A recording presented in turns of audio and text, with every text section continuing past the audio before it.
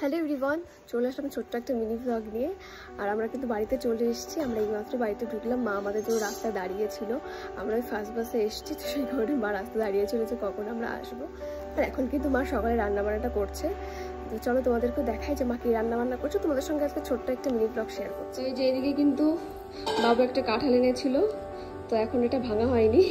আমার বর যেহেতু কাঁঠাল ভালো খায় সেজন্য কিন্তু মা এটা রেখে দিয়েছে। মা কিন্তু এদিকে ভাত চাপিয়ে দিয়েছে, ভাতটা কিন্তু প্রায় হয়ে এসেছে। এদিকে রয়েছে ডিম সিদ্ধ, এদিকে বেগুন আর আলু কিন্তু মা কেটে নিয়েছে।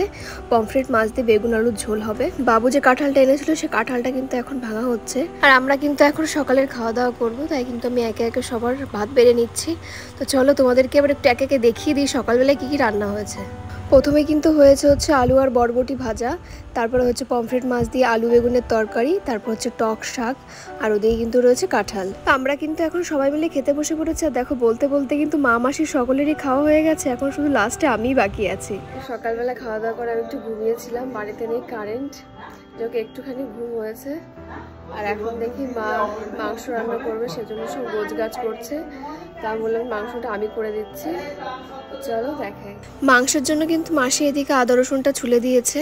আর এই হচ্ছে মাংসটা কিন্তু বাবু এনে দিয়েছে। আর মা ওইদিকে কিন্তু মশলার জন্য সব গোছগাছ করছে। মা কিন্তু শিলেই মাংসের মশলাটা আর কি করে দিচ্ছে আমাকে।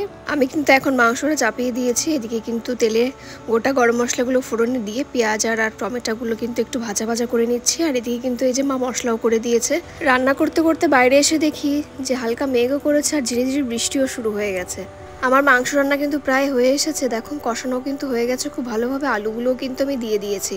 আর এদিকে কিন্তু গরম জল বসিয়েছি যাতে মাংসটা খুব তাড়াতাড়ি হয়ে যায়। আমার কিন্তু মাংস রান্না কমপ্লিট হয়ে গেছে। দেখো আমি কিন্তু মাংসটা নামিয়েও নিয়েছি। আর আমাদের বাড়িতে কিন্তু সকলেই প্রায় কষানো মাংসটা খুব ভালো খায়, তো সেই কারণে কিন্তু একটু বেশি করে কষানো মাংস তুলে রেখেছি। রান্না বান্না হয়ে যাওয়ার পরে কিন্তু সবাই মিলে আমরা একসঙ্গে বসে দুপুরের খাওয়া দাওয়াটা করে নিচ্ছি। মাসি আজ বাড়িতে চলে যাবে, তো সেই কারণে কিন্তু দুপুরে খাওয়া দাওয়া করার পর একটু রেস্ট নিয়ে আমি আর মা মিলে কিন্তু মাসিকে রাস্তায় এগোতে এসেছি।